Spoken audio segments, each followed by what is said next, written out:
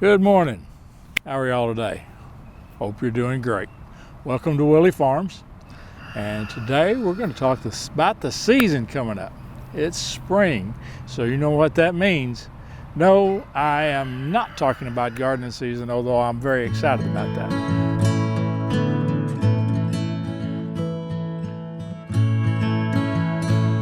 I'm talking about tick season. And you need to take this very seriously. There are no fewer than 9 transmitted tick diseases in the United States. And some of them are very serious, can cause lasting side effects, and some of them can actually end up in death. So you need to take precautions this season. Every year it gets a little worse, so expect the tick population to be high because we had a very mild winter here in Kentucky, western Kentucky, and we're going to be talking about these tick diseases. Lyme's disease is a tick-borne disease caused by Borrelia bacteria, transmitted by blood-feeding ticks. Most commonly is spread to people by the bite of an infected black-legged tick. Almost 500,000 people have been diagnosed and treated for Lyme's disease each year. Lyme's disease is more prevalent in the northeast and central United States, although here in Kentucky I know of several people have contracted Lyme's disease through the bite of a tick. The early symptoms of Lyme's disease is a red rash, usually a red dot with a bullseye circle around it, quite often, fever, headaches, fatigue, swollen lymph nodes. The second stage of Lyme's disease sometimes can cause Bell's palsy, heart block, or an interruption in electrical systems of the heart, neuropathy, areas of numbness, or abnormal feelings. Also can cause recurrent episodes of swollen joints like arthritis. Lyme's disease is treated with the use of antibiotics, and if caught early, prognosis is much better than if you wait. Most of the people who get Lyme's disease and receive treatment early will be fine. Treatment can cure Lyme's disease, but you still may have some long-term effects. Untreated Lyme's disease may contribute to other serious problems, but rarely is fatal. You should see a doctor if you have a red rash at a tick bite area. If you're feeling sick afterwards, running the fever, see a doctor, get treated early. Rocky Mountain spotted fever. Cases of Rocky Mountain spotted fever have increased since 2000. In 2000, it was only 1.7 per million of the population got Rocky Mountain spotted fever, compared to 2017, 19.3 out of 1 million people contracted Rocky Mountain spotted fever. So the trend is inclining. This is a very dangerous disease. If you have symptoms of this, you need to get treated very quickly. It's not considered rare, but there are few cases of Rocky Mountain spotted fever in the United States per million inhabitants. Kansas, Oklahoma, Missouri, Arkansas, Kentucky, Tennessee, Mississippi, Georgia, Virginia, West Virginia, North and South Carolina are the most prevalent states with these cases. It is transmitted by the brown dog tick.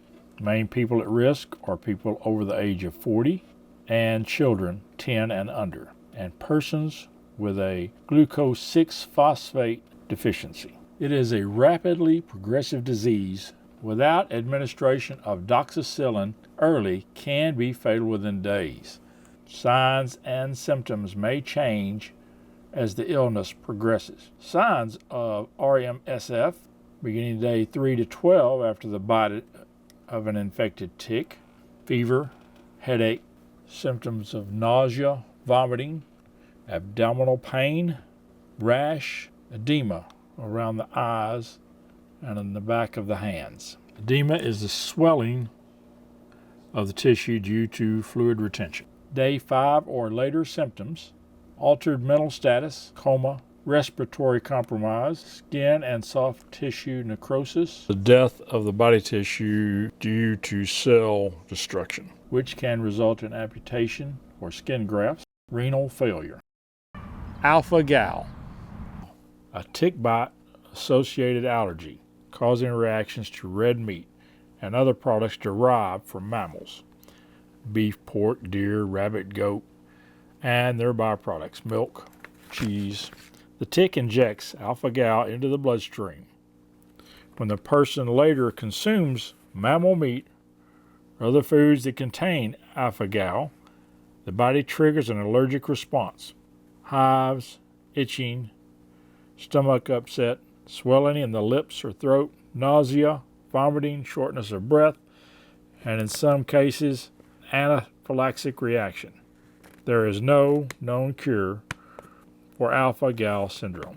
The tick most associated with this disease is the Lone Star tick, and most cases are in the heartland of the United States.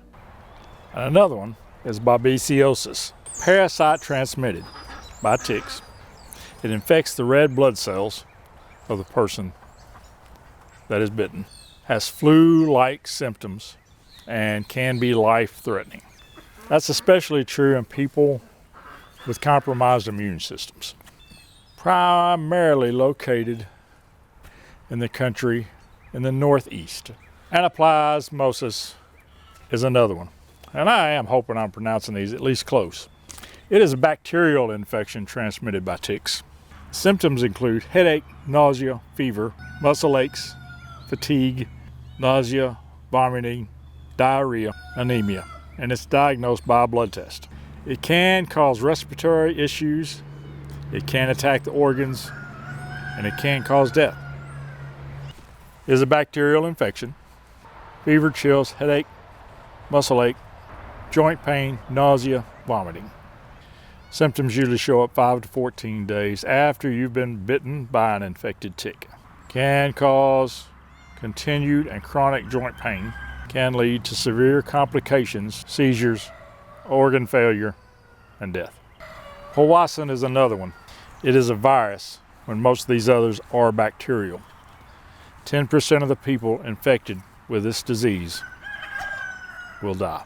Fever, headache, vomiting, weakness, confusion, loss of coordination, speech difficulties, and seizures. This is a rare disease. There's only 7 to 8 cases in the United States per year. Thank God. Tularemia is another one. It is a bacterial infection. It is transmitted by ticks and deer flies. You can also get it by skin contact with an infected animal. Your pet, your rabbits, your dogs, your cats. Symptoms are skin ulcers, fever, enlarged lymph nodes, pneumonia, eye infections, sore throat, muscle aches, joint pain. If untreated, it can lead to sepsis, lung infections, lung abscesses, eye damage, and death. It's fairly rare, 100 to 300 cases per year. The last one is probably one of the newer ones. It's the heartland virus. It takes a few days to 2 weeks to show up after you're bitten. Fever, fatigue, decreased appetite, headache, nausea, diarrhea, muscle and joint pain. There is no treatment for this, and in some cases will require hospitalization. You'll have several options that you can use to prevent tick bites. If you do not want to get these tick diseases, the best way to prevent it is keep the ticks off of you. So what I do is when I put my boots on, I tuck my pant legs in to my boots.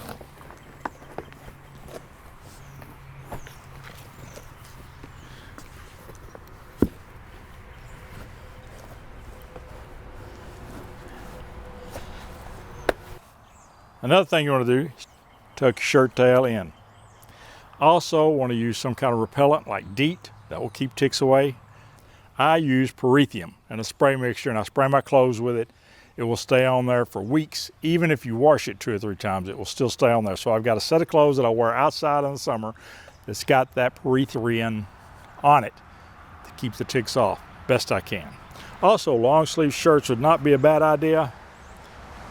I know it's hard to do that in the summertime when it's hot and everything, but that would help. Wear light colors if you can. That way you can spot the ticks to get them off of you before they get inside your clothing.